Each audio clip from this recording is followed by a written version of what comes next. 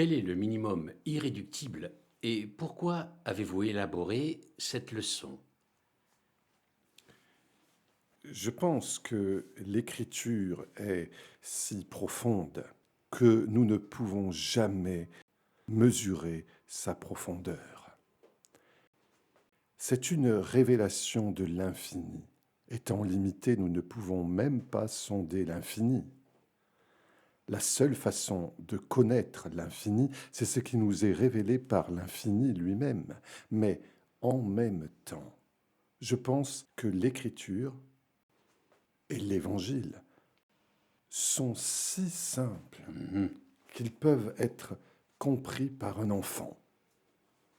C'est cela, la beauté de notre foi. Elle est à la fois profonde et très simple. Parfois, je pense qu'en tant que chrétiens, nous essayons de rendre beaucoup trop compliqué ce que Dieu nous dit. C'est complexe, mais cela n'a pas besoin d'être compliqué. Ayant reçu une formation scientifique à l'université et en mathématiques, nous avons le concept du minimum irréductible. Mhm. Certains nombres ne peuvent pas être réduits par des entiers absolus si ce n'est par un nombre entier particulier. Je ne m'en souviens pas d'ailleurs, mais très bien. Je suis content que vous l'ayez étudié.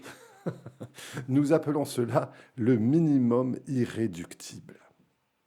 En essayant de conceptualiser le message biblique dans ses parties fondamentales, les plus élémentaires, comme vous le verrez, quel serait le minimum irréductible du message de Dieu pour nous?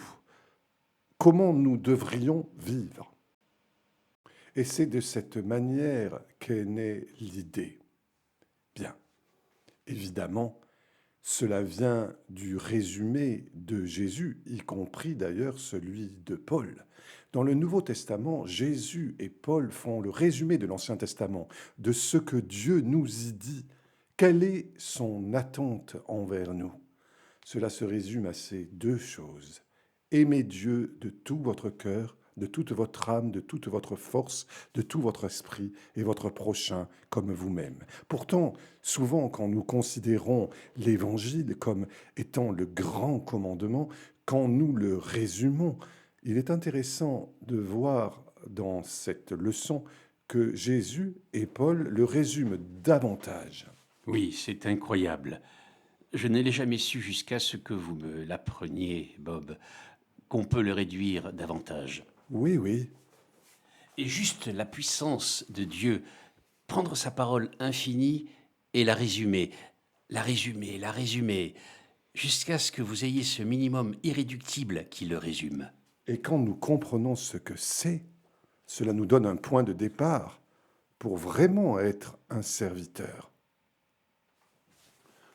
Nous vivons à une époque où les gens veulent des choses simplistes. Mais ce n'est pas simpliste. C'est simple, mais pas simpliste. Je pense que c'est quelque chose dont l'Église doit se rendre compte. Ce que nous avons, c'est quelque chose d'absolument profond et pourtant très simple. Ensuite, il y a une autre dimension qui est si importante. Que faites-vous de cela? Oui, Beaucoup de chrétiens peuvent comprendre le minimum irréductible, mais alors leur prochaine question est: qu'est-ce que je fais à ce sujet? Comment puis-je le vivre? mhm. Nous essayons de développer cela dans cette leçon.